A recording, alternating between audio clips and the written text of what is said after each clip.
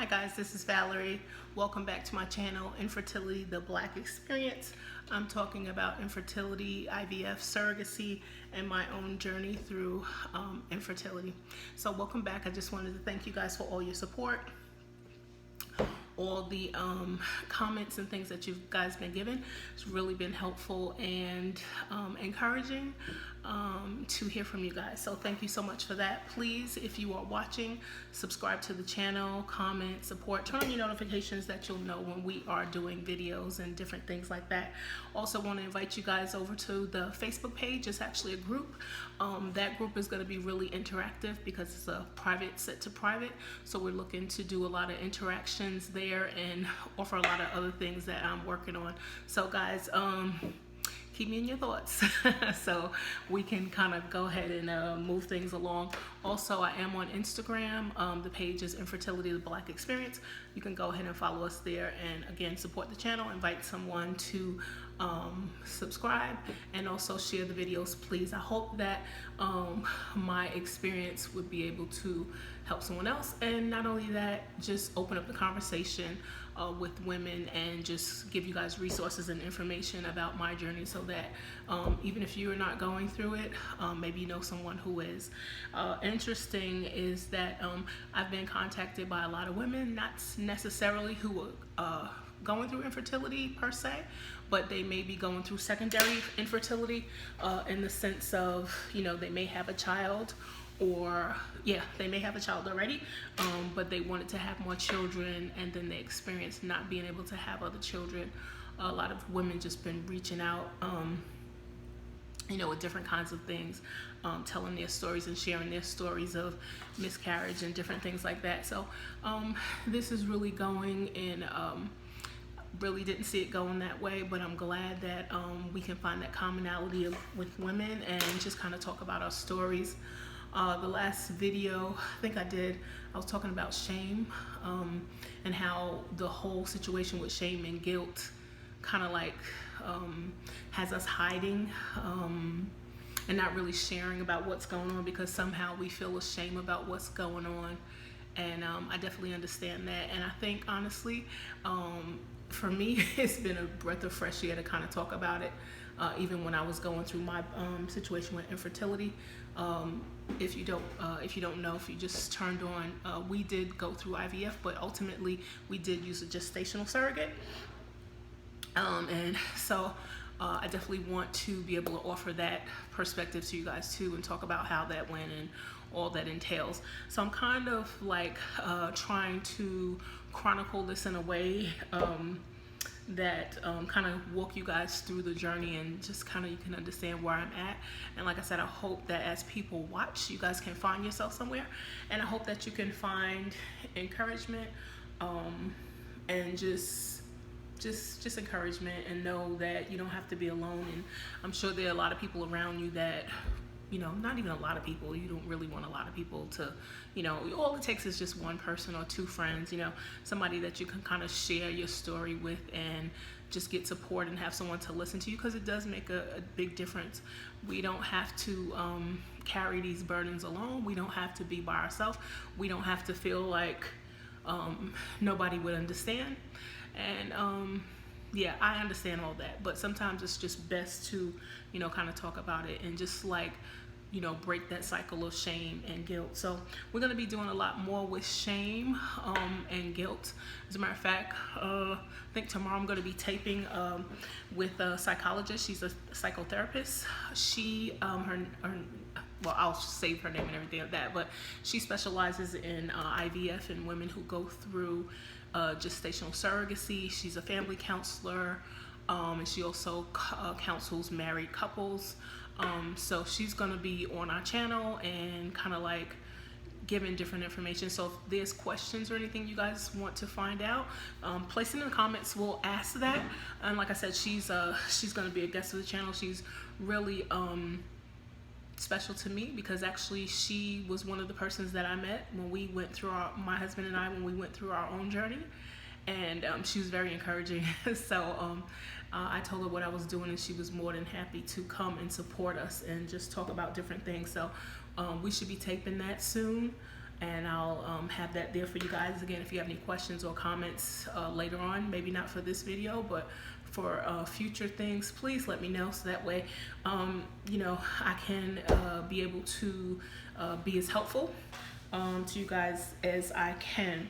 So like I said, I've been trying to chronicle this with like a rhythm of what's, how everything went on, and where did we get all these thoughts from. And we understand, just talking to a lot of the older women, they went through a lot of shame, a lot of guilt, from being young, and it's just something about women. You really don't celebrate this whole situation with childbirth, and what happens if you miscarry a child, or women who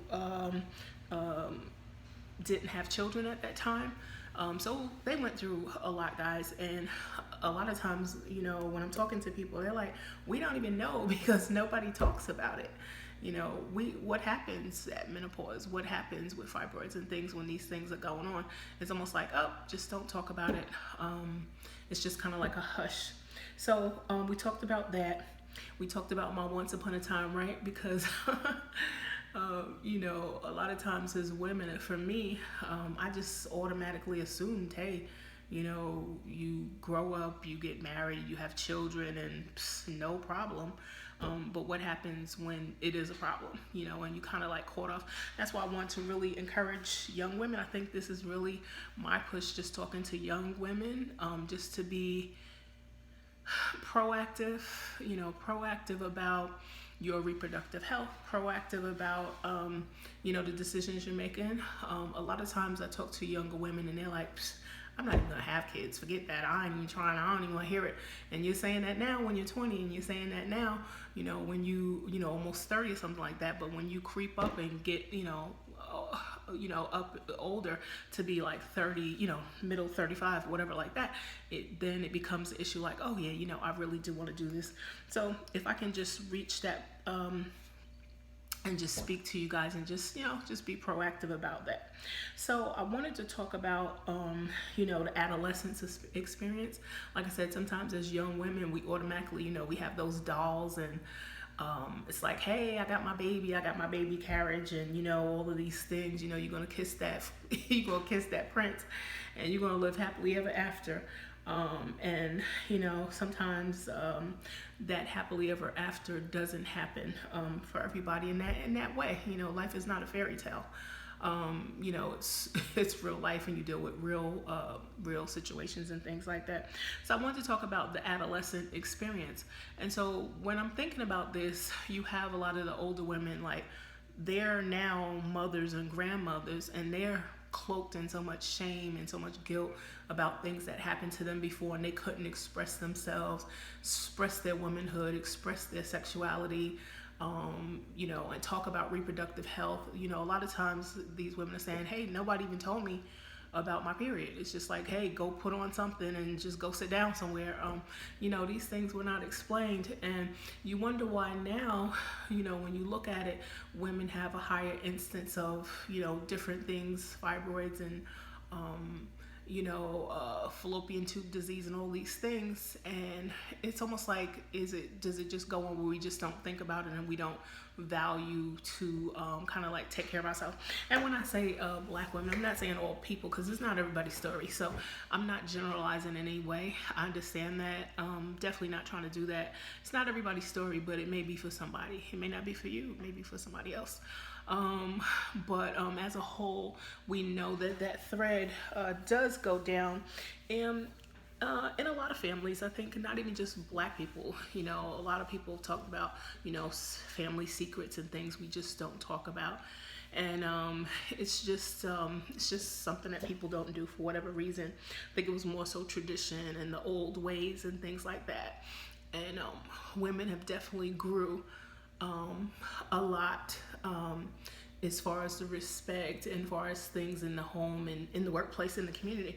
No longer, women can do a lot of things now. Look, we have a woman who's going for vice president, so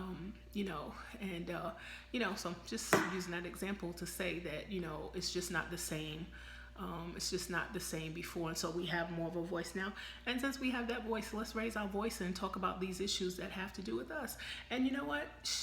Talk with your sister, support them, not only with with medical issues, but a lot of times, a lot of girls are like, hey, how do I do this? I'm married. What do I, nobody's really saying and sharing this. Okay, anyway, guys, off my soapbox. I didn't mean to really take it down a rabbit hole, but anyway, so like I said, the older women are cloaked in shame. So here we now have, the young girls, and basically it's again. So now it's like you kind of inherit that shame, because now they're telling you, as if it's almost like the worst thing you could do, just don't get pregnant.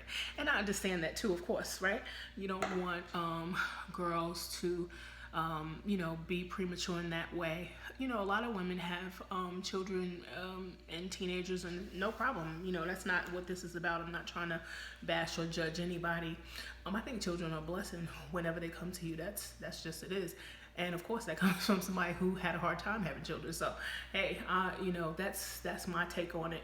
But what happens is it's sometimes heard of in the community. It's like it's still like a bad thing, like taboo. Of course, you don't want your daughter to be, very young, or she's not prepared in any kind of way, or whatever you want to say prepared is. But at the same time, to what extent?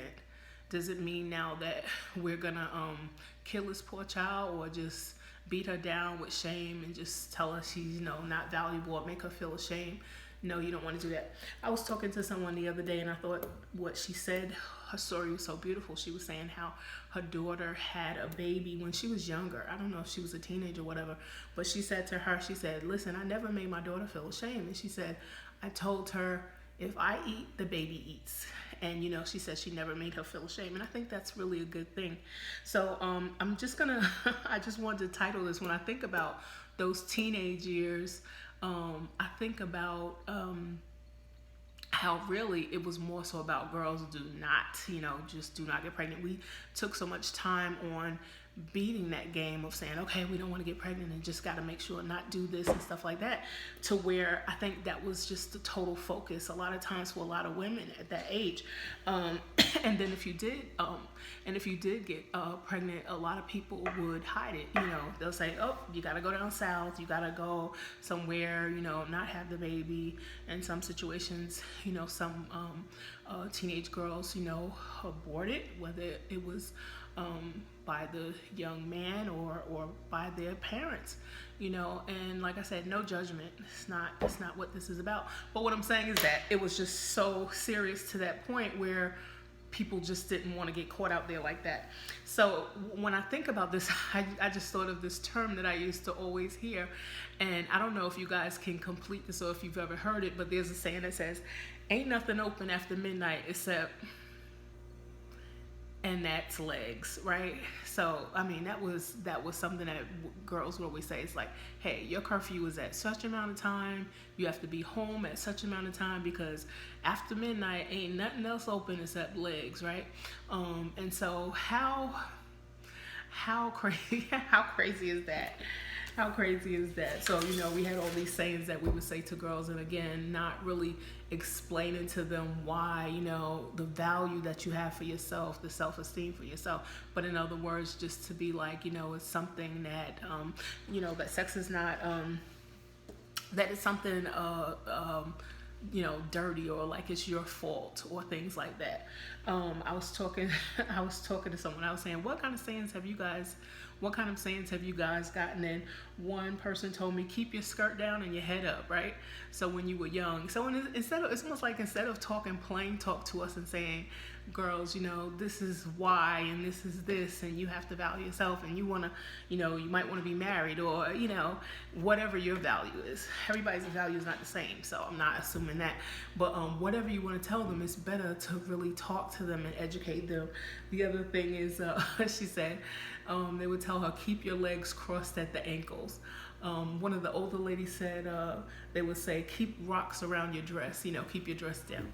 So, it's just so funny how instead of having those conversations, those hard conversations, those uncomfortable conversations, those conversations that would have brought up our own mistakes, not really mistakes, but our own shortcomings or whatever you want to call it, we'd rather just kind of skirt around the issue and just come up with these different sayings and trying to and make young girls understand the reason why the reason why and how you relate to your own body and things like that. I wonder what the guys were told. You guys think they told the guys anything? I wonder. They probably didn't tell a guy. I wonder what they told, because hey, it was easy for the guy. He could just be like, oops, that ain't my baby, or no. And then now the girl is labeled like she a whore, right? She's just a bad person. So so they would send these girls down south. And I remember, adolescence age, you saw someone, having a child in high school was very difficult. I had friends who had children in high school, and we were just like, wow, okay, so it almost feels like that's the end of your life, because now you can't go out to parties, you can't go, people are going off to college, you can't do a lot of these other things, hanging out, because now you have a baby. And sometimes they had support and sometimes they didn't. Sometimes women, they would have to, these girls, they would have to get, government assistance to help them raise a child, because unfortunately the young man, whether he was there or not, whether he was there and saying and acknowledging that was his child, sometimes he couldn't afford it, because hey, both of you guys are in high school, you're probably unskilled, you didn't know a lot of things to do, and so it was difficult. But to be at the same time, I congratulate you guys who were teen moms, because now you could look at who were teen moms and who did it. I mean, you raised your children, you're successful, your kid is successful. So it's not to say that it's, and that's my point. That is the point, that it's not the end all, it's not something that you should make someone ashamed of. That's their portion, that happened to them, they're having their children early, and just support them, and that's what I'm saying. That's why it shouldn't be like, oh, this is something to be ashamed about, and this is something in society that we should shun people about. We should not do that. And I think, like I said, just having this conversation, because what happens is all of these things, it kind of drives women to what they feel about their bodies and the decisions that they make. Because the other thing is, once you get into that point of trying to run and trying not to have children in high school, then it's like you going to college and you're thinking about your professional career, and now it's just in your mind like, I'm not gonna have children. I'm not gonna have children. The next thing you look up, you're like 30 something, and you're 30 years old, trying to figure it out. So if you are a woman and you had a child in your teens and you were shunned or what have you, whatever like that, don't be ashamed of that. Like, shake that off. Let it go. Let it go.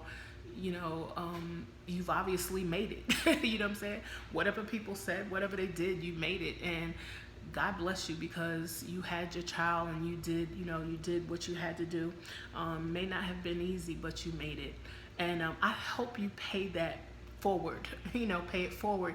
You don't want to be a person that's what happened to you, and you're still processing and dealing with your shame, and now you want to shame other girls, and say, what they're doing and what mistakes they may be making.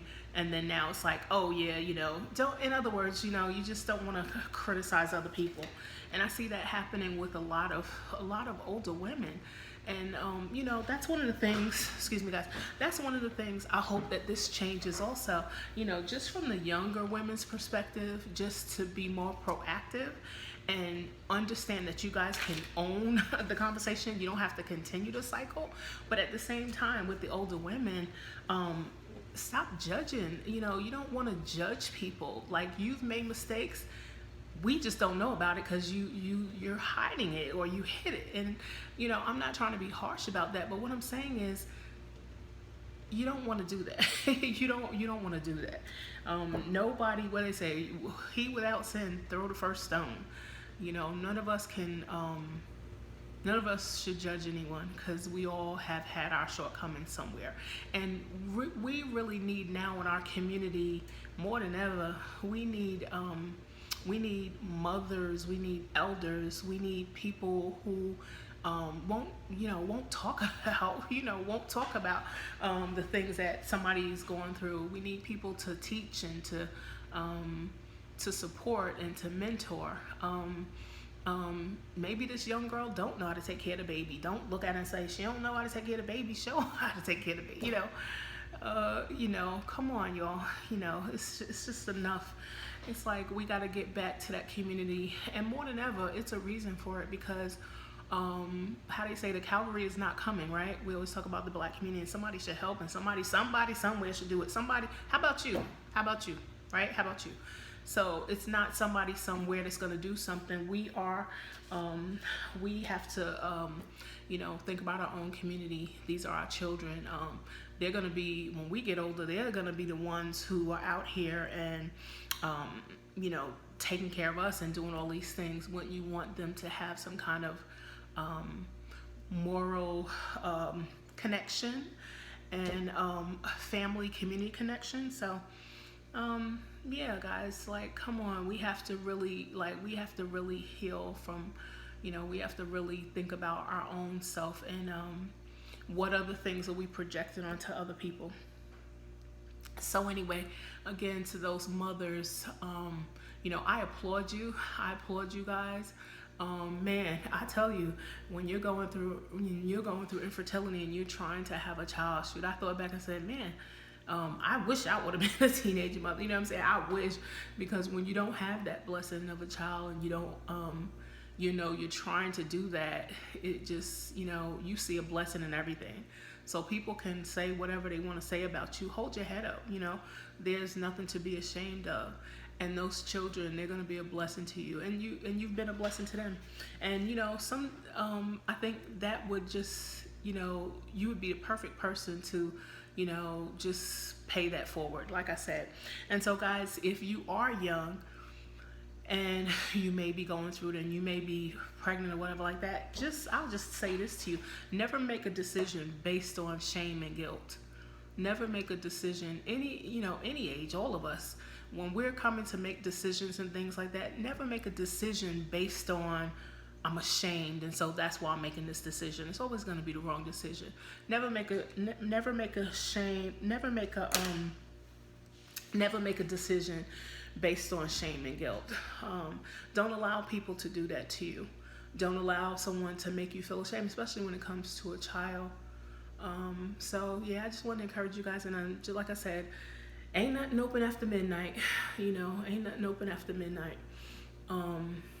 Yeah, so kind of rough. Those kind of things go on, and unfortunately, like I said, I'm sorry if you went through that. We had a lot of women who talk about how they were 16 years old in church, 15, 16 years old, ended up pregnant 17 years old. And the church basically asked them to leave, so just a lot of shame, guys. And the sad thing about it is people will put that on you if you allow them to do that. So if you guys are watching, if you're on one end where you were shamed by that, but you may have been a person who have made someone else feel ashamed because of that, just let's change that cycle, and let's just start supporting each other. All right, guys, so just want to change some of these cycles. Like I said, I remember that saying. I was thinking about my teenage years. Ain't nothing open after midnight. Ain't nothing open after midnight except legs. That was the saying. So your curfew, you gotta be in. And I understand that, because you don't want girls. You don't want to be, because I'm definitely gonna have a curfew for my child, right?